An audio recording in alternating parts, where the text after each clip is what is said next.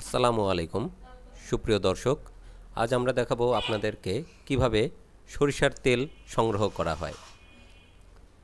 দেখতে পাচ্ছেন গ্রামে সাধারণ কৃষক পুকুরে তার গরুগুলি নিয়ে এসেছে, গরুগুলিকে গোসল করাচ্ছে। কৃষকেরা তাদের উৎপাদিত শস্য বিক্রির জন্য হাটে নিয়ে যাচ্ছেন।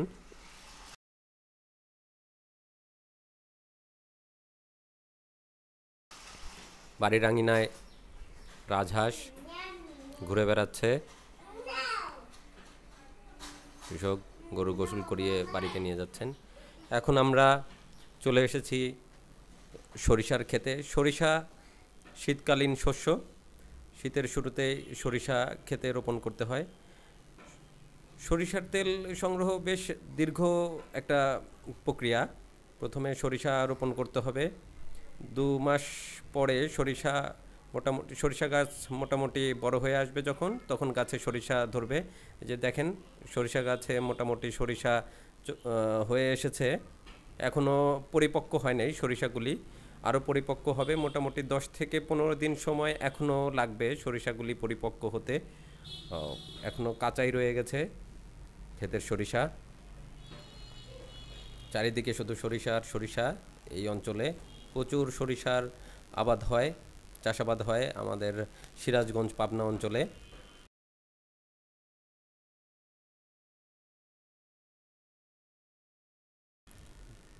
হ্যাঁ, মোটামুটি 2-3 মাস পরে সরিষা পরিপক্ক হয়ে গেছে।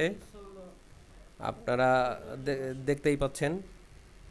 এখন কৃষক সরিষা কাটছে, সরিষা গাছ কেটে বাড়িতে নিয়ে যাবে, যার জন্য কৃষকেরা জমি থেকে সরিষা গাছ কাটছেন। বেশ একটা সাজ রব পড়ে যায় সেই সময় সরিষা যখন কাটা হয়। প্রচুর ব্যস্ত এখন কৃষকেরা। সব বাড়িতেই প্রচুর সরিষার চাষাবাদ আছে, যার জন্য সবাই ভীষণ ব্যস্ত এই মৌসুমে। নভেম্বর থেকে ডিসেম্বর মাসটা কৃষকেরা সরিষা কাটছেন, কর্মব্যস্ত তারা এখন।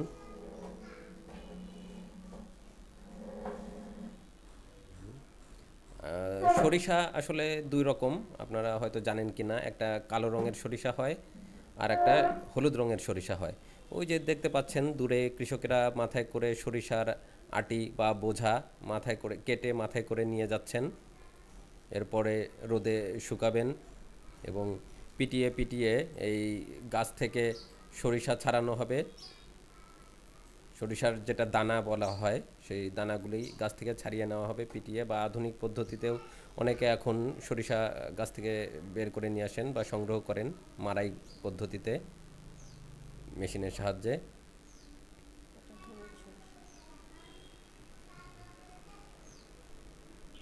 তো সরিষার তেল খুবই জনপ্রিয়, বা রান্নার কাজে আমরা সরিষার তেল এখন আগের মতো এতটা ব্যবহার করি না সাধারণত। তবে ভর্তা বা অন্য এই ধরনের রেসিপিতে আমরা সরিষা ব্যবহার করব না, এটা আমরা চিন্তাই করতে পারি না।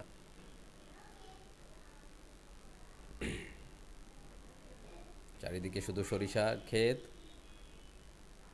এখন সূর্য ডুবে যাচ্ছে, কৃষকেরা সরিষা কেটে নিয়ে বাড়িতে চলে এসেছে যে যার মতো। এই সরিষা মাড়াই করার পরে মানে রোদে 3-4 দিন শুকানো হয়। 3 থেকে 4 দিন বা 1 সপ্তাহ টানা রোদে শুকানোর পরে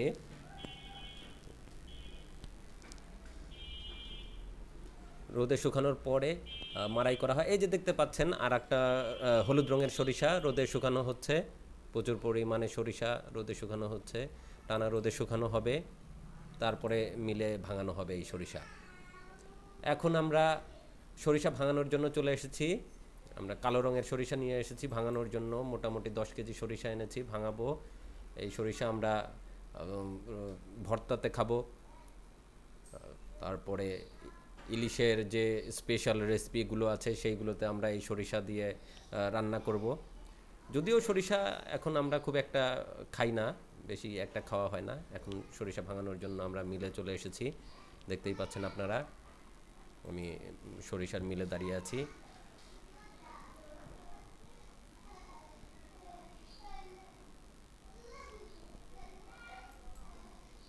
উনি মিল মিলের মেশিন চালু করে দিলেন সরিষা ভাঙানোর জন্য।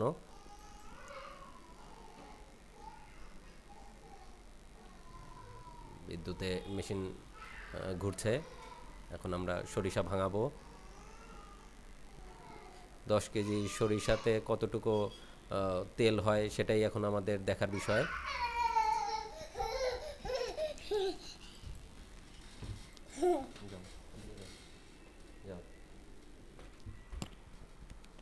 যে পাশে, হ্যাঁ, পাশে ধান ভাঙানো হচ্ছে।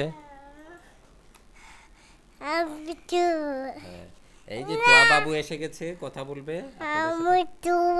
হ্যাঁ, তুমি তোয়া। হ্যাঁ, এখানে কে গেছে? এখানে এই যে আমরা সরিষা ভাঙাতে এসেছি। আমিও গেছি। হ্যাঁ,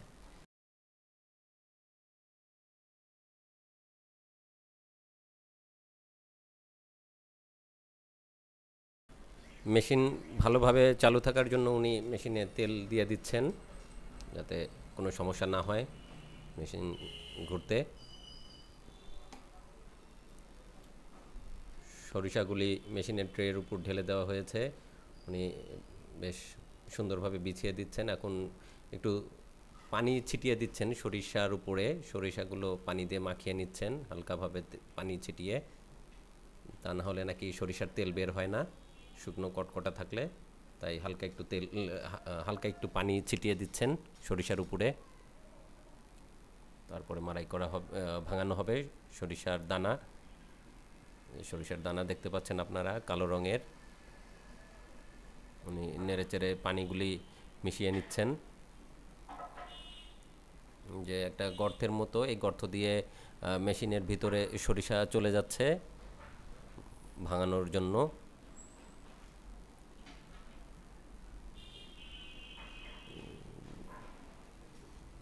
দশ কেজি সরিষা ভাঙাতে বেশ সময় লেগেছিল আমাদের। এটা একটা ধানেরও মিল, আপনারা দেখতে পাচ্ছেন এই যে পাশে ধান ভাঙানো হয়েছে। ধান ভাঙিয়ে চাউল বের করা হয়েছে। এখন ধানের তুষ এবং চাউল একসাথে মিশে আছে। পরবর্তীতে চাউল ঝেড়ে তুষগুলো আলাদা করে চাউল পৃথক করা হবে।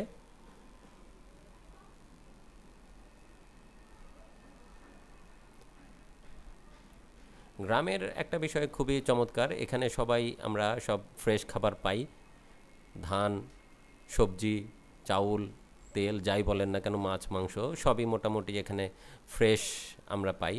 এই যে দেখতেই পাচ্ছেন এখন আপনারা মেশিনের ভেতর থেকে খোল যেটাকে বলা হয়, যে সরিষা ভাঙানোর পরে তেলটা এক পাশ দিয়ে বের হচ্ছে আর অন্য পাশ দিয়ে শুকনো খোল যেটা সেটা বের হয়ে আসছে।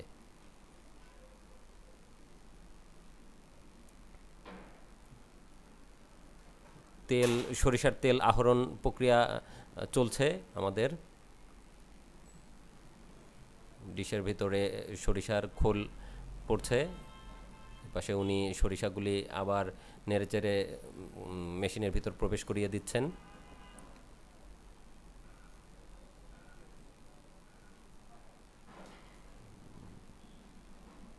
বেশ অনেকটা সময় লাগবে সরিষা ভাঙাতে। এই যে নিচ দিয়ে এক ফোঁটা এক ফোঁটা করে খেজুরের রসের মতো সরিষার তেল জমা হচ্ছে বালতিতে।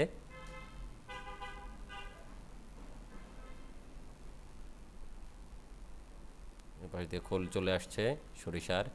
এই খোলগুলো কিন্তু মাছের খাবার হিসেবেও পুকুরে ব্যবহার করা হয়। এই যে দেখতে পাচ্ছেন আপনারা সরিষার তেল চুইয়ে চুইয়ে পড়ছে নিচ দিয়ে বালতিতে।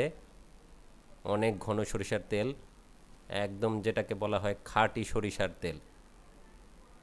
এই সরিষার তেল দিয়ে ভর্তা খেতে যা লাগবে না আপনারা চিন্তাও করতে পারবেন না কতটা সুস্বাদু হবে সেই ভর্তা। আলু ভর্তা বলেন আর বেগুন ভর্তাই বলেন, আর সর্ষে ইলিশের তরকারি হলে তো কথাই নেই।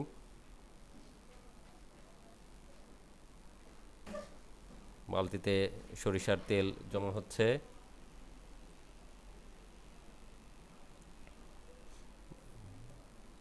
এখন বেশ জোরেই সরিষার তেলগুলি পড়ছে। সরিষার তেল পড়ছে বেশ জোরে সোরে। প্রথমে যেরকম ফোটায় ফোটায় পড়ছিল, এখন আর সেভাবে না, বেশ দ্রুতই পড়ছে। বালতিতে সরিষার তেল জমা হচ্ছে। তবে এটাকে মানে একবার ভাঙানো হয় না, এটাকে বেশ কয়েকবার ভাঙানো হয়। দেখেন খোলগুলো আবার পুনরায় তুলে ট্রেতে বিছিয়ে দেওয়া হলো, আবার এগুলো মেশিনের ভিতরে চলে যাবে ভাঙানোর জন্য। মানে চিপে চিপে এর সমস্ত রস নিংড়ে নেওয়া হবে আখের ছোবড়ার মতো। যতক্ষণ পর্যন্ত এর দেহে তেল থাকবে ততক্ষণ পর্যন্ত এর কোনো ছাড় নাই। একটা সময়ে আমরা জেনেছি কলুর বলদ একটা প্রবাদ আছে, সেই বলদ দিয়ে ঘানি টানানো ঘানি ভাঙানো হতো সরিষার তেলের, ঘানি টেনে সরিষার তেল বের করা হতো। এখন আর সেই পদ্ধতি নেই, এখন আধুনিক পদ্ধতি, মেশিন দিয়ে সরিষার তেল বের করা হয়, যার জন্য সেই কলুর বলদরা এখন এখন বেশ আরামেই আছে বলা চলে, তাদেরকে আর সেই ঘানি টানতে হয় না।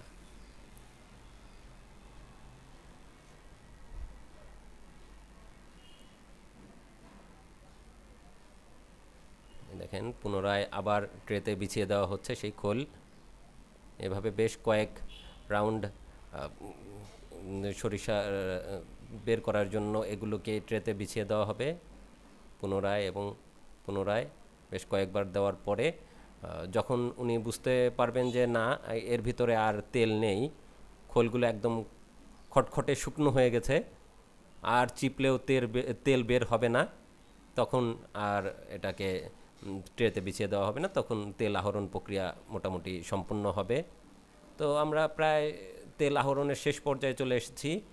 আমাদের 10 কেজি সরিষা ভাঙিয়ে মোট 3.5 কেজির মতো সরিষার তেল আহরণ করেছি। তো ভালো থাকবেন সকলেই, ধন্যবাদ, আল্লাহ হাফেজ।